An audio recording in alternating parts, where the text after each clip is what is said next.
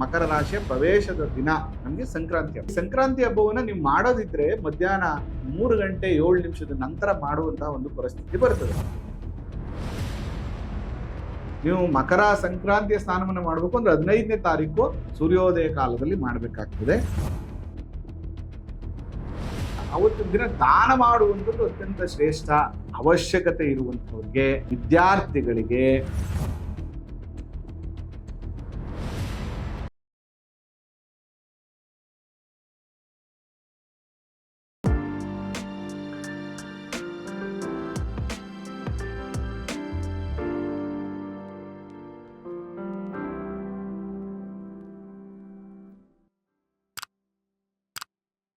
ಶ್ರೀ ಗುರುಭ್ಯೋ ನಮಃ. ಮಾಯಕಾರ ಪ್ರಭುವೇ ನಮಃ. ಗಣೇಶ ದೇವಿ ವಾಗ್ದೇವಿ ಮಮ ವಾಕ್ಯ ಸಿದ್ಧಿ ಕುರು ಕುರು ಸ್ವಹ.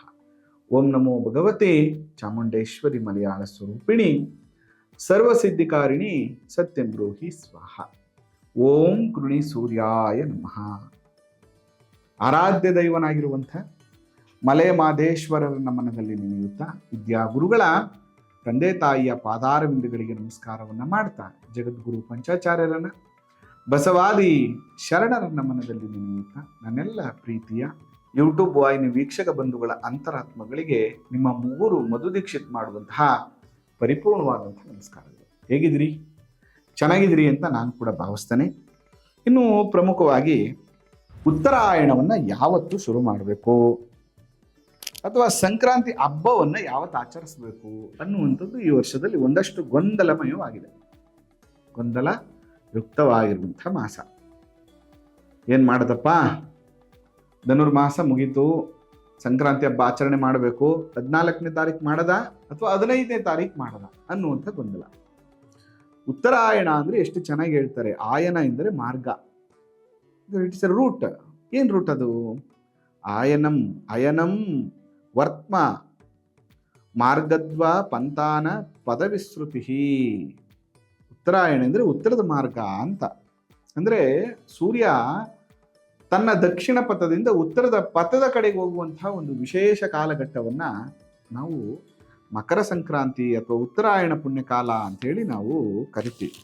ನೋಡಿ, ಮಕರ ಸಂಕ್ರಾಂತಿ, ಉತ್ತರಾಯಣ ಪುಣ್ಯಕಾಲ ಬಹಳ ಪ್ರಮುಖವಾಗಿ ದೇವತೆಗಳಿಗೆ ಈ ಉತ್ತರಾಯಣ ಬೆಳಗಿನ ಸಮಯ, ಧನುರ್ಮಾಸ ಬೆಳಗಿನ ಜಾವದ ಸಮಯ ಆದರೆ ಉತ್ತರಾಯಣ ಪೂರ್ಣ ಪ್ರಮಾಣ ದೇವತೆಗಳಿಗೆ ಹಗಲಿನ ಸಮಯವಾಗ್ತದೆ. ದೇವತೆಗಳು ಎದ್ದಿರ್ತಾರೆ ಅಂತ. ಅಂದ್ರೆ ನಮ್ಮ ಒಂದು ವರ್ಷ = ದೇವತೆಗಳು ಒಂದು ದಿನ. ಕರ್ಕಾಟಕ ರಾಶಿಯ ಪ್ರವೇಶ ರವಿ ಮಾಡಿದ ತಕ್ಷಣ ಕತ್ತಲು ಶುರುವಾಗುತ್ತೆ. ಅಲ್ಲಿಂದ 6 ತಿಂಗಳ ಕಾಲ ನಿದ್ರಾ ಸಮಯ ಅಂದ್ರೆ ರಾತ್ರಿಯ ಸಮಯ. ಮಕರ ರಾಶಿಯಿಂದ ಕರ್ಕಾಟಕ ರಾಶಿಗೆ ಸಂಚಾರ ಮಾಡುವ ಸಮಯವನ್ನ ನಾವು ಹಗಲಿನ ಸಮಯ ಅಂತೇಳಿ ನಾವು ಕರಿತೀವಿ. ಸಾಮಾನ್ಯವಾಗಿ ಇದನ್ನು ಎಳ್ಳಿನ ಹಬ್ಬ ಅಂತ ಕೂಡ ನಾವು ಕರೆಯೋದುಂಟು, ವಾಡಿಕೆ ಉಂಟು. ಹಾಗಾದ್ರೆ ಇಲ್ಲಿ ಗೊಂದಲ ಏನು? ಹಬ್ಬವನ್ನ ಯಾವತ್ತು ಆಚರಣೆ ಮಾಡಬೇಕು? 14ನೇ ತಾರೀಕು ಆಚರಣೆ ಮಾಡಬೇಕಾ ಅಥವಾ 15ನೇ ತಾರೀಕು ಆಚರಣೆ ಮಾಡಬೇಕಾ? ನೋಡಿ, ದೃಕ್ ಸಿದ್ಧಾಂತದ ಪ್ರಕಾರ ಮಧ್ಯಾಹ್ನ 3:07 ರವಿ ಧನುರ್ ರಾಶಿಯನ್ನ ಬಿಟ್ಟು ಮಕರ ರಾಶಿಯನ್ನ ಪ್ರವೇಶ ಮಾಡ್ತಾನೆ. ಅಂದ್ರೆ 3:07 ಧನುರ್ಮಾಸ ಅಥವಾ ಧನುರ್ಮಾಸ ಪೂಜಾ ಪೂರ್ಣವಾಗ್ತದೆ. ಅದೇ ನಾವು ಸಿದ್ಧಾಂತದ ಪ್ರಕಾರ ನೋಡೋದಾದ್ರೆ 2:37 ಧನುರ್ ರಾಶಿಯನ್ನು ಬಿಟ್ಟು ಮಕರ ರಾಶಿಯನ್ನು ಪ್ರವೇಶ ಮಾಡ್ತಾರೆ. ಅಂದ್ರೆ 2:37 ಧನುರ್ಮಾಸ ಮುಕ್ತಾಯ ಆಗುತ್ತೆ. ತದನಂತರ ಮಕರ ರಾಶಿಯ ಪ್ರವೇಶ ಅಂದ್ರೆ ಉತ್ತರಾಯಣ ಪುಣ್ಯಕಾಲ ಪ್ರಾರಂಭ ಆಗುತ್ತೆ.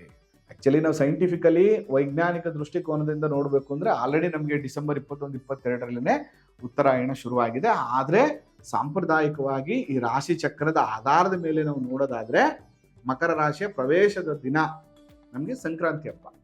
ಅದರಿಂದ ಇಲ್ಲಿ ಸಂಕ್ರಾಂತಿ ಹಬ್ಬವನ್ನ ನೀವು ಮಾಡೋದಿದ್ರೆ ಮಧ್ಯಾಹ್ನ 3:07 ನಂತರ ಮಾಡುವಂತಹ ಒಂದು ಪರಿಸ್ಥಿತಿ ಬರ್ತದೆ. ಆಲ್ಮೋಸ್ಟ್ ಸಂಜೆ ಸಮಯ ಬಂದ್ಬಿಡುತ್ತೆ. ಅದರಿಂದ ಪೂರ್ಣ ಪ್ರಮಾಣದ ಹಬ್ಬವನ್ನ ನಾವು ಆಚರಣೆ ಮಾಡ್ಲಿಕ್ಕಾಗೋದಿಲ್ಲ. ಮತ್ತು ಮಧ್ಯಾಹ್ನದ ನಂತರ ಇಲ್ಲಿ ಮಕರ ರಾಶಿಯನ್ನ ರವಿ ಪ್ರವೇಶ ಮಾಡ್ತಾ ಇರೋದ್ರಿಂದ ಸಂಕ್ರಾಂತಿ ಹಬ್ಬವನ್ನ ಯಾವತ್ ಮಾಡುವಂಥದ್ದು ಶ್ರೇಷ್ಠ ಅಂತ ನೀವು ಕೇಳೋದಾದ್ರೆ 15ನೇ ತಾರೀಕು ಸಂಕ್ರಾಂತಿ ಹಬ್ಬವನ್ನು ಆಚರಣೆ ಮಾಡಬೇಕು. ಶಾಸ್ತ್ರ ಎಷ್ಟು ಚೆನ್ನಾಗಿ ಹೇಳುತ್ತೆ. ಯಾರು ಆ ಮಕರ ಸಂಕ್ರಾಂತಿ ಹಬ್ಬದ ದಿನ ಗಂಗಾ ಸ್ನಾನವನ್ನು ಮಾಡ್ತಾರೋ ಅವರಿಗೆ ಬ್ರಹ್ಮಲೋಕ ಪ್ರಾಪ್ತಿ ಆಗ್ತದೆ. ಅದೇ ರೀತಿಯಾಗಿ ನದಿಯ ಪುಣ್ಯ ಸ್ನಾನವನ್ನ ಯಾರೆಲ್ಲ ಮಾಡ್ತಾರೋ ಅಂಥವ್ರಿಗೆ 7 ಜನ್ಮದ ದೋಷಗಳು ಶಾಪ ವಿಮೋಚನೆಗಳಾಗ್ತದಂತೆ ಈ ಮಕರ ಸಂಕ್ರಾಂತಿಯಲ್ಲಿ. ಜೊತೆಗೆ ದಾರಿದ್ರ್ಯ, ಮನೆಯಲ್ಲಿರುವಂತಹ ಕಷ್ಟಗಳು, ಸಮಸ್ಯೆಗಳು ಎಲ್ಲವೂ ಕೂಡ ನಿವಾರಣೆ ಆಗುತ್ತೆ. ಅದರಿಂದ ನೀವೆಲ್ಲರೂ ಏನ್ ಮಾಡಬೇಕು ಅವತ್ತು ಅಂತಂದ್ರೆ ನದಿ ಸ್ನಾನವನ್ನ ಮಿಸ್ ಮಾಡದೆ ಮಾಡಬೇಕು. ನದಿ ಸ್ನಾನ ಆದ್ಮೇಲೆ ಏನ್ ಮಾಡಬೇಕು ಅಂದ್ರೆ ಸೂರ್ಯನಿಗೆ ಅರ್ಘ್ಯವನ್ನ ಕೊಡಬೇಕು. ಒಂದು ತಾಮ್ರದ ಚೆಂಬನ್ನು ತಗೊಳ್ಳಿ, ಅದರ ತುಂಬಾ ನೀರನ್ನು ತುಂಬಿ ಅಲ್ಲಿಗೆ ಒಂದು ಕೆಂಪು ಬಣ್ಣದ ಹೂವನ್ನು ಹಾಕಿ, ಆ ಕೆಂಪು ಬಣ್ಣದ ಹೂವನ್ನು ಹಾಕಿ ಸೂರ್ಯನ ಅಭಿಮುಖವಾಗಿ ನಿಂತ್ಕೊಂಡು ಸೂರ್ಯನಿಗೆ ಅರ್ಘ್ಯವನ್ನ ಕೊಡುವಂತ ಕೆಲಸವನ್ನ ಮಾಡಿ. ಇದನ್ನ ಮಾಡಿ ಅಂದ್ರೆ ಅರ್ಘ್ಯವನ್ನ ಕೊಟ್ಟು 7 ಬಾರಿ 7 ಟೈಮ್ಸ್ 7 ಬಾರಿ ಓಂ ಗೃಣಿ ಸೂರ್ಯಾಯ ನಮಃ, ಓಂ ಗೃಣಿ ಸೂರ್ಯಾಯ ನಮಃ, ಓಂ ಗೃಣಿ ಸೂರ್ಯಾಯ ನಮಃ ಅನ್ನುವಂಥ ಮಂತ್ರವನ್ನ 7 ಬಾರಿ ಜಪವನ್ನ ಮಾಡಿ. ಇದು ಬಹಳ ಮುಖ್ಯವಾಗಿರುವಂಥದ್ದು. ತದನಂತರ ಅಷ್ಟೇ ಮಾಡಿದ್ರೆ ಸಾಕಾಗಲ್ಲ, ಅವತ್ತಿನ ದಿನ ದಾನ ಮಾಡುವಂಥದ್ದು ಅತ್ಯಂತ ಶ್ರೇಷ್ಠ. ವೃದ್ಧರಿಗೆ, ಅವಶ್ಯಕತೆ ಇರುವಂಥವ್ರಿಗೆ, ವಿದ್ಯಾರ್ಥಿಗಳಿಗೆ, ಪಾಠಶಾಲೆಗಳಲ್ಲಿ ನೀವು ಎಳ್ಳು, ಬೆಲ್ಲ, ಕೊಬ್ಬರಿ, ಕಡಲೆಕಾಯಿ ಇದನ್ನ ವಿಶೇಷವಾಗಿ ದಾನ ಮಾಡಬೇಕು. ಅದರ ಜೊತೆಗೆ ವಸ್ತ್ರದಾನ, ಕಂಬಳಿ ದಾನ, ಪುಸ್ತಕ ದಾನ ಕೂಡ ಅತ್ಯಂತ ಶ್ರೇಷ್ಠವಾಗಿರುವಂಥದ್ದು. ಏನಪ್ಪ ಇನ್ನೊಂದು ಬಹಳ ಮುಖ್ಯವಾಗಿರುವಂಥದ್ದು ಅಂದ್ರೆ ಗೋಪೂಜೆ. ಮಕರ ಸಂಕ್ರಾಂತಿಯಲ್ಲಿ ನೀವು ಮಾಡಬೇಕಾಗಿರುವಂಥದ್ದು ಏನಂದ್ರೆ ಗೋಪೂಜೆಯನ್ನ ಮಾಡಬೇಕು. ಗೋಪೂಜೆಯನ್ನ ಮಾಡಿ ಹುಲ್ಲು ಮತ್ತು ಕಡ್ಡಿ, ಧಾನ್ಯ, ಕಾಯಿ ಮತ್ತು ಬೆಲ್ಲಗಳನ್ನ ಗೋಮಾತೆಗೆ ತಿನ್ನಿಸ್ಬೇಕು. ಎಲ್ಲ ದೇವತೆಗಳು ಎಲ್ಲಿ ವಾಸ ಮಾಡ್ತಾ ಇದ್ದಾರೆ ಅಂದ್ರೆ ಗೋಮಾತೆಯಲ್ಲಿ ವಾಸ ಮಾಡ್ತಾ ಇರುವಂಥದ್ದು. ಜೊತೆಗೆ ಮಕರ ಸಂಕ್ರಾಂತಿ ಅನ್ನುವಂಥದ್ದೇ ಬೆಳೆಯನ್ನ ಕೊಯ್ಲು ಮಾಡಿ ಮುಂದಿನ 6 ತಿಂಗಳಿಗೆ ನಮ್ಗೆ ಊಟಕ್ಕಾಗ್ಲಿ ಅಥವಾ 10 ಜನಕ್ಕೆ ಅನುಕೂಲ ಆಗ್ಲಿ ಅಂತ ಹೇಳಿ ಧಾನ್ಯಗಳ ರಾಶಿಯನ್ನೇ ನಾವು ಪೂಜೆ ಮಾಡುವಂಥದ್ದು, ಭತ್ತದ ರಾಶಿಯನ್ನೇ ಪೂಜೆ ಮಾಡುವಂಥದ್ದೇ ಮಕರ ಸಂಕ್ರಾಂತಿ.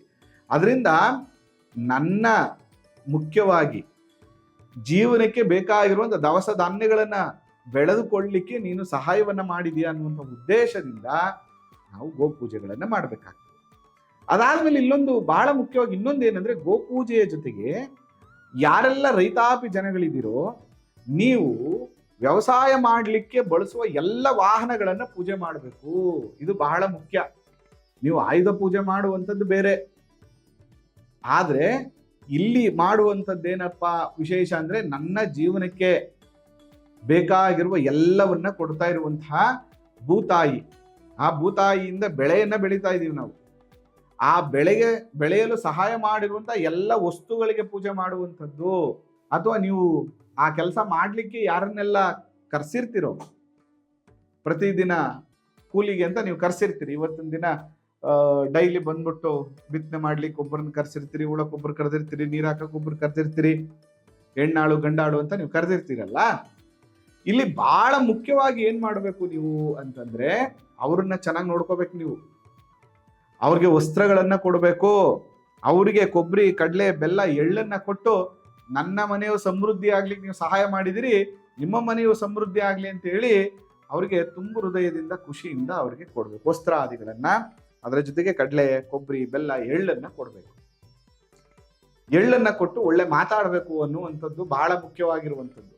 ಅದರ ಜೊತೆಗೆ ಸಾಂಪ್ರದಾಯಿಕವಾಗಿ ಸಂಬಂಧಿಕರಿಗೆ, ಆತ್ಮೀಯರಿಗೆ ಈ ಕಡಲೆ, ಎಳ್ಳು, ಬೆಲ್ಲ, ಕಬ್ಬು ಏನಿರುತ್ತೆ ಇದನ್ನ 10 ಜನ ಮನೆಗೆ ಕೊಟ್ಟು, ಅದರಲ್ಲೂ ಕೂಡ ವಿಶೇಷವಾಗಿ ಮಕ್ಕಳ ಕೈಯಲ್ಲಿ ಕೊಟ್ಟು, ಲಕ್ಷ್ಮೀ ಸ್ವರೂಪವಾಗಿರುವಂತಹ ಮಕ್ಕಳ ಕೈಯಲ್ಲಿ ಕೊಟ್ಟು ಎಲ್ಲರ ಮನೆಯು ಸಮೃದ್ಧಿಯಾಗಿರ್ಲಿ, ಎಲ್ಲರ ಜೊತೆಗಿನ ಸಂಬಂಧಗಳು ಗಟ್ಟಿಯಾಗ್ಲಿ ಅನ್ನುವಂಥ ಉದ್ದೇಶವನ್ನ ಇಟ್ಕೊಂಡು ನೀವು ಕೊಡಬೇಕು. ಇದರಿಂದ ಅನುಕೂಲಗಳು ಪ್ರಾಪ್ತಿ ಆಗ್ತದೆ. ಅದ್ರ ಜೊತೆಗೆ ಬಹಳ ಮುಖ್ಯವಾಗಿ ನೋಡಿ ಎಷ್ಟು ಚೆನ್ನಾಗಿದೆ ಅಂತಂದ್ರೆ, ಇನ್ ಮುಂದೆ ನಮಗೆ ಈ ಧನುರ್ಮಾಸದಲ್ಲಿ ಚಳಿಯಿಂದ ದೇಹ ಜಡ್ಗಟ್ಬಿಟ್ಟಿರುತ್ತೆ, ನಮ್ಮಲ್ಲಿರುವಂತಹ ಆಯಿಲ್ ಕಂಟೆಂಟ್ ಕಮ್ಮಿ ಆಗ್ಬಿಟ್ಟಿರುತ್ತೆ. ಅದನ್ನ ಸರಿಪಡಿಸ್ಕೊಳ್ಳೋಕ್ಕೋಸ್ಕರ ಆಯಿಲ್ ಕಂಟೆಂಟ್, ಬೆಲ್ಲ ಇರ್ಬೋದು, ಎಳ್ಳಿರ್ಬೋದು, ಕಡಲೆ ಇರ್ಬೋದು, ಇವೆಲ್ಲ ಕೂಡ ಆಯಿಲ್ ಕಂಟೆಂಟ್ ಜಾಸ್ತಿ ಇರುವಂಥದ್ದು. ಇದನ್ನ ಸೇವನೆ ಮಾಡೋದ್ರಿಂದ ದೇಹದಲ್ಲಿರುವಂತಹ ಡ್ರೈ ಸ್ಕಿನ್ ಅಥವಾ ಆಯಿಲ್ ಕಂಟೆಂಟ್ ಕಮ್ಮಿ ಆಗಿರುತ್ತಲ್ಲ ದೇಹದಲ್ಲಿ, ಧನುರ್ಮಾಸದಲ್ಲಿ ಜಡಗಟ್ಟುಬಿಟ್ಟಿರುತ್ತಲ್ಲ ದೇಹ, ಅದೆಲ್ಲವೂ ಕೂಡ ಕ್ಯೂರ್ ಆಗುತ್ತೆ. ಅಂದ್ರೆ ಈ ರೀತಿಯ ಆಹಾರ ಪದ್ಧತಿಗಳನ್ನ ಇನ್ನು ಮುಂದಿನ ದಿನಗಳಲ್ಲಿ ಬೇಸಿಗೆ ಬರೋದ್ರೊಳಗಡೆ ಸೇವನೆ ಮಾಡಿ ಅನ್ನುವಂಥ ಸೂಚನೆಯನ್ನು ಕೂಡ ಆಹಾರ ಪದ್ಧತಿಯ ಮುಖಾಂತರ ನಮಗೆ ಕೊಟ್ಟಿರುವಂಥದ್ದು. ಅದರಿಂದ ಈ ಎಲ್ಲ ವಿಷಯಗಳು, ಸಂಕ್ರಾಂತಿ ಹಬ್ಬದ ವಿಶೇಷಗಳು ನಿಮ್ಗೆ ಇಷ್ಟ ಆಗಿದೆ ಅಂತ ನಾನು ಭಾವಿಸ್ತೇನೆ. ಅದರ ಜೊತೆಗೆ ಸಂಕ್ರಾಂತಿ ಹಬ್ಬವನ್ನು 15ನೇ ತಾರೀಕಿಗೆ ನಾವೆಲ್ಲರೂ ಆಚರಣೆ ಮಾಡಬೇಕು. ಮತ್ತೊಮ್ಮೆ ಎಲ್ಲರಿಗೂ ಕೂಡ ಮಕರ ಸಂಕ್ರಾಂತಿಯ ಆರ್ಥಿಕ ಶುಭಾಶಯಗಳು. ಆ ಮಲೆಮಹದೇಶ್ವರರ ಅನುಗ್ರಹ ಸದಾ ನಿಮ್ಮ ಮೇಲಿರಲಿ. ಇನ್ನು ಯಾರೆಲ್ಲ ನಮ್ಮ ಚಾನೆಲ್ ಸಬ್ಸ್ಕ್ರೈಬ್ ಆಗಿಲ್ಲ, ಸಬ್ಸ್ಕ್ರೈಬ್ ಆಗಿ, ಶೇರ್ ಮಾಡಿ, ಸಪೋರ್ಟ್ ಮಾಡಿ.